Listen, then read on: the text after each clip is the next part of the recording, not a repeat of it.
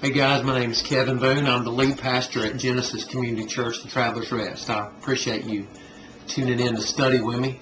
And I'm going to be in Romans chapter 1 just for one verse, just for a few minutes. And I have a group on my mind. The ministers out there, whether it's pastors or men or women or whoever, or in any type of ministry, I just feel like I want to share a little bit with you. In particular, to those who are in ministry that feel like it's time to get out. And I hear some guys, especially pastors, they say, well, I was pastoring a church for a while, and I just lost a burden for the work.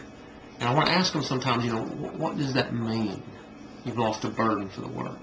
Because I think the whole concept of desire is how we oftentimes know we're called to do something. I think in verse 1, even in this chapter of Romans 1, that Paul talks about being separated unto the gospel of God, and that he was also an apostle. I think when God calls you to do something, you have a desire to do that. And so when someone says, I've lost the desire for something, I want them to be real careful about that. I resigned from a church that I had been at called Enon Baptist Church. Great place, and they're doing so good now. They're doing even better than when I was there, and that brings me great joy. When I resigned there, I knew it was time, but it wasn't based on just emotion. I was real careful about that, because during that tenure, even though it was a great place, it was just times I felt like quitting. And sometimes it had to do with people, but primarily not. Most of the time it was that I was tired. Most of the time it was maybe that I needed a vacation. Maybe it was somebody. Maybe for you. I know sometimes people in the church can drive you crazy. I think they're the minority. The majority of people are wonderful. But not just church settings. Maybe you started a shelter for homeless people. Maybe you have a ministry as a deacon, and it seems like the church doesn't appreciate you. Maybe you're a stay-home mom, and that's your ministry. And you're just feeling like getting out of the family. Even divorcing your husband and say, I just need some time for myself. Well, you do need time for yourself. But whatever type of ministry that it is, just be careful to think this way, that, I've lost a burden for this, because burdens can come and go, and sometimes it's just a natural way of things. Sometimes it is your body that is tired. Sometimes it's the mind that gets tired.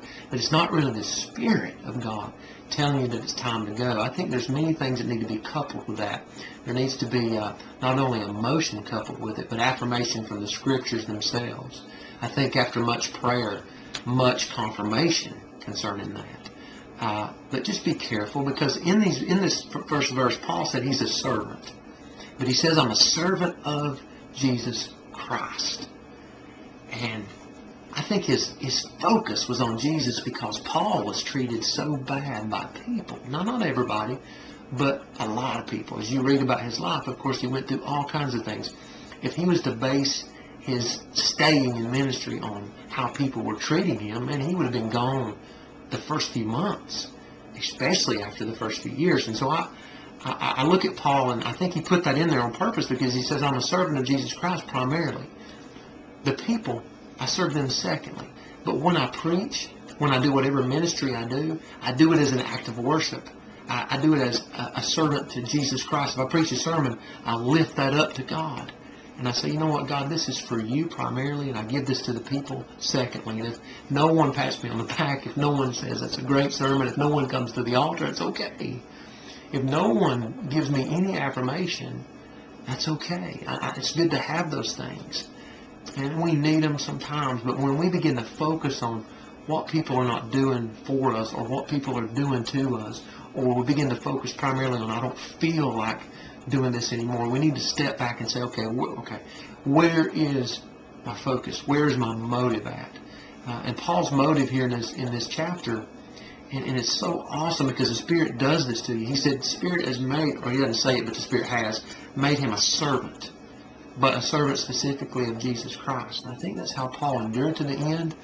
Was keeping his eyes, keeping his focus on Jesus, who was the author and finisher of his faith, who was the one that called him into ministry after he saved him. And he was the one, Paul said, I'm serving. And I think that's why he stayed. And I want to encourage you to not let people ruin ministry for you. because people can be crazy. People can be meaner than you can imagine, and many of you know, even in church or in out of church where you're just trying to help someone in the community and they don't appreciate it, and you just get to thinking, man, what am I doing this for? But you're doing it for the kingdom. You're doing it for Christ. And so I just want to encourage you to not let those kind of things happen again. Paul said, I'm a servant of Jesus Christ. Don't make a rash decision to get out of the ministry. If you get out of the ministry, pray about it for days, weeks. And maybe you just need a nap. Maybe you need a vacation. Maybe you need to go to the doctor.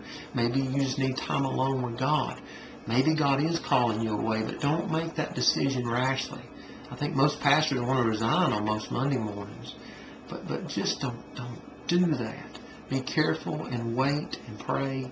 And there is a time when God does relieve you of a burden or a desire for a work, but don't make that decision when you're down, because you'll find that if you'll give that time, a lot of times the desire will rise back up.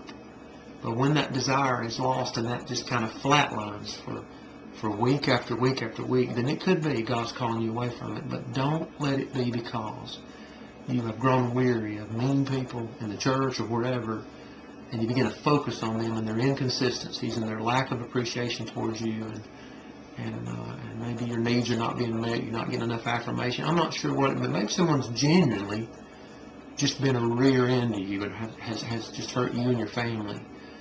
Don't let that one person or group of people ruin ministry for you. I never had to go through anything really tough like that, but I had friends that have. And I've tried to help them keep their focus on Christ. Because if Christ was willing to go and die on the cross for imperfect people, which is the church, which is all of us, then we are not too good. We are not better than Him to suffer affliction from people.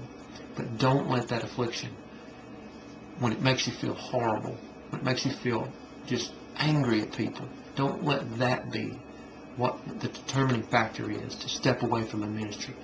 Let it be because God really has called you away from it. But don't let that happen. And the way you can keep it from happening is that you keep in mind, I'm serving Him first. My goal is not all these souls saved. My goal is not a big church. My goal is not affirmation. My goal is not my father and mother's acceptance. My goal is that not even that my wife says good sermon or great ministry or whatever. It's really our primary goal is to glorify God in what we do, to serve Him primarily. Everything's lifted up as an act of worship, and then we cannot fail if that's what we do. And no one's opinion matters as much. It matters. I mean, we're all human, but it doesn't matter like it might matter to you right now, because maybe you've started serving people first and Jesus second. God bless you.